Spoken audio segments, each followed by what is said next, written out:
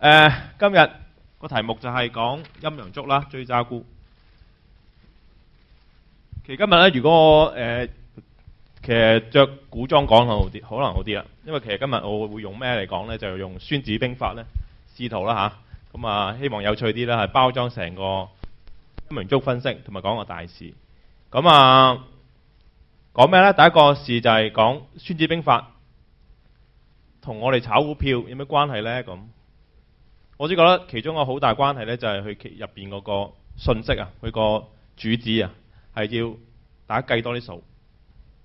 佢入邊其中一個好重要嘅信息就係叫呢度寫咗啦，多算勝，少算不勝。我諗大家都明啊，即係計下數啦嚇，計咧就贏啦嚇，唔計咧就輸啦嚇。佢跟住咗句嘅，何況咩放乎不算乎啦嚇，即係唔算嘅更死，佢瓜緊噶啦。咁《孫子兵法》算咩咧？佢其實成篇嘢都講好多㗎。咁其實最簡單咧，佢幾個字咧就講佢《孫子兵法》算啲咩？佢係道天地將法。咁當然今日就唔係講《孫子兵法》啦，咁就呢啲講下出嚟先嘅啫。大家有興趣可以跟住交流，就唔詳細講啦。到股票啦，到我哋講港股嘅時候，又算啲乜咧？即係我自己嘅做法咧嚇，就係4個字。即係尤其講個港股大市啊，點樣睇啊？佢點樣做嘅時候，佢4個字去講，即係由上而下咁算。咩叫由上而下呢？嚇？呢度寫咗㗎啦。市場風險胃納，一層層咁落啊。最高呢就睇市場風險胃納啦，跟住呢睇新興市場，特別係亞洲區嘅資金個流向啦，跟住再睇埋中港股市個形勢，一層層咁落，佢就叫由上而下啦。即係先睇咗最大環境先，個最大環境掂唔掂先？最大環境掂呢，就再睇區域嘅情況。區域情況掂唔掂？如果又掂嘅話呢，咁啊即係形勢好啦嚇。再睇埋香港嘅情況、中國嘅情況。如果真係好掂嘅話呢，咁梗係大家識做啦嚇。算嘅方向係點呢？算嘅目的係做咩呢？係就係呢個另一句説話，就係《孫子兵法》，大家知我諗都值得記一記嘅嚇。佢就點講呢？叫勝兵先勝，然後求戰。個意思係咩呢？其實都好簡單嘅字面解釋，即係想炒股票贏啦嚇。即係佢講打仗啦，當然我哋講炒股票，如果想贏係點樣呢？即係諗過度過，覺得會贏啊，先入市啊。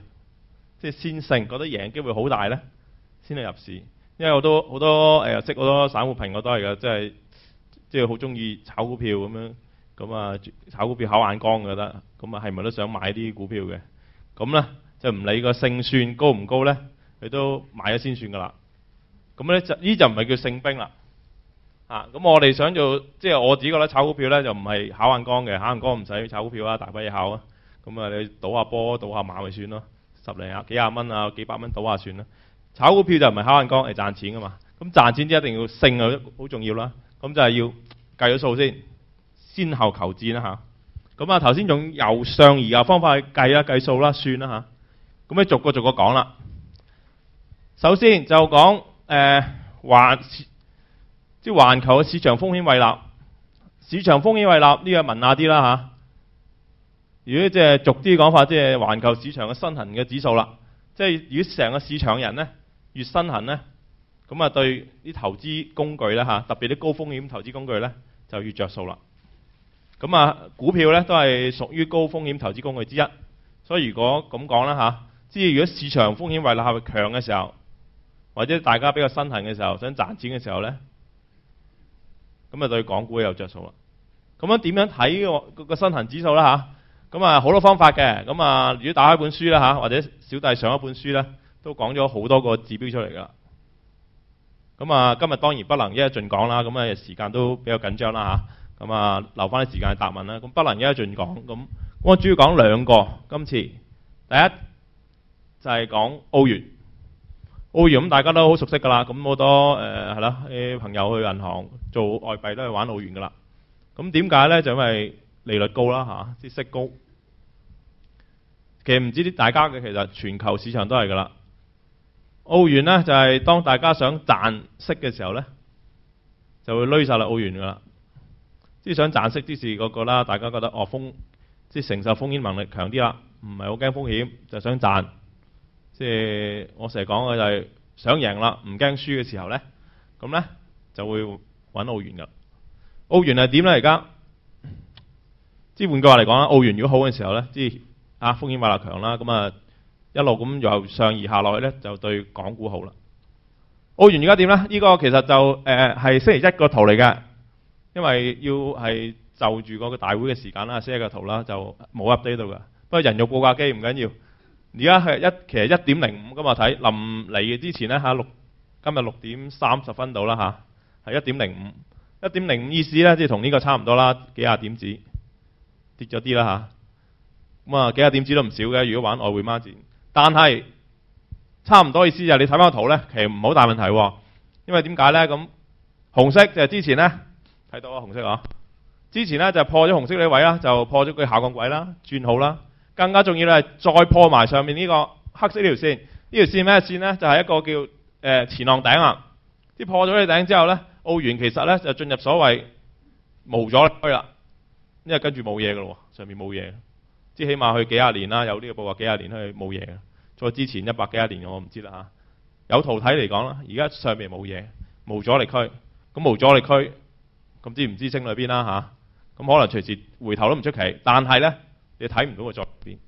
咁支持嘅形勢係向好嘅，即係從澳元嚟睇係向好嘅。睇埋金都係啦。金其實如果有炒開金嘅朋友呢，就或者留意開金嘅朋友呢，就發金又以前就唔係咁樣。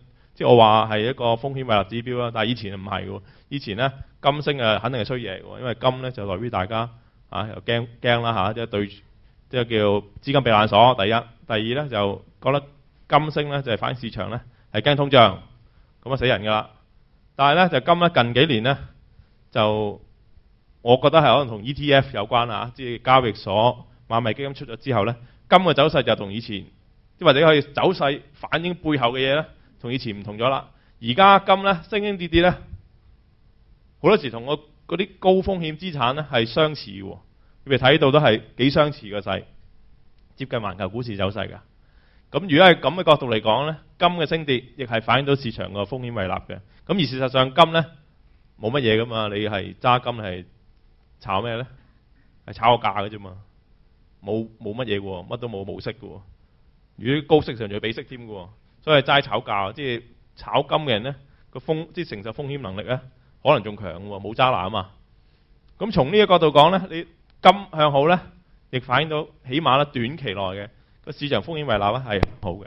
睇到啦呢度，其實呢度就唔好意思冇畫到清楚。其實你睇到係一個頭肩底嚟㗎，肩頭肩。不過呢個就當然唔係好標準啦，因為條頸線斜啲上去啦嚇。咁呢一棍呢，呢棍大棍啦嚇，嗰棍呢就穿咗上去㗎啦，就穿咗頭肩底頸線㗎。其實金嘅形勢呢又向好喎。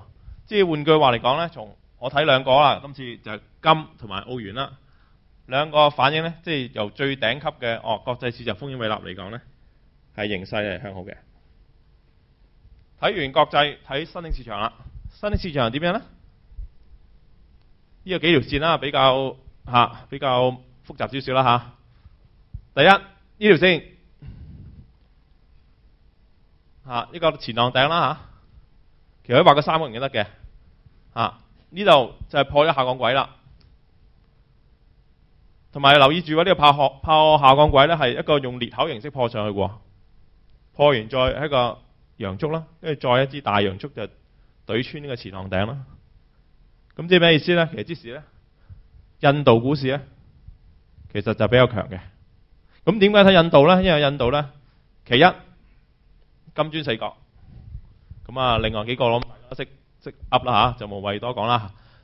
第一係金磚四國啦，喺新興市場嚟講呢，嗰個即係重要性好強。第二，印度呢喺今年或者由去年以嚟嘅情況呢，即係面對嘅情況同即係我哋中國嘅情況，甚至乎喺亞洲新興市場好多國家面對情況都係好相似，就係第一高通脹，第二央行不斷加息，即係其實佢個情況好相似嘅，咁佢重要性好強，所以呢，我覺得印度股市走勢呢係多多少少呢係都係呢可以反映到呢成個新興市場個股市跟住走向係點樣嘅嚇？呢個參考性比較強嘅。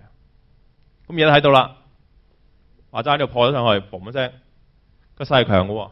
但係都要留意就係咧，佢一隊噗噗噗噗衝上嚟呢度之後咧，佢紅色線咧就係嗱個紅色線係咩嚟嘅？係舊年11月開始畫一條下降軌落嚟啦。好橋好幾期上到咁上下，佢就回頭啦。咁而家人肉報價機係點樣咧？係今日係收幾多咧？唔記得咗，睇翻紙先知。係咁上下夠記得。印度係今日收19696，係多翻少少啊。我記得應該係啦。嘣一聲係做翻個破嘅穿頭上去嘅，即係再次邁，即係向呢個下降軌咧就邁進嘅挑戰嘅。即係總嘅啲咁嘅圖嚟講啦，印度啦一個參考性比較高嘅股市啦即係特別對亞洲區嚟講比較高嘅股市咧，佢係唔錯嘅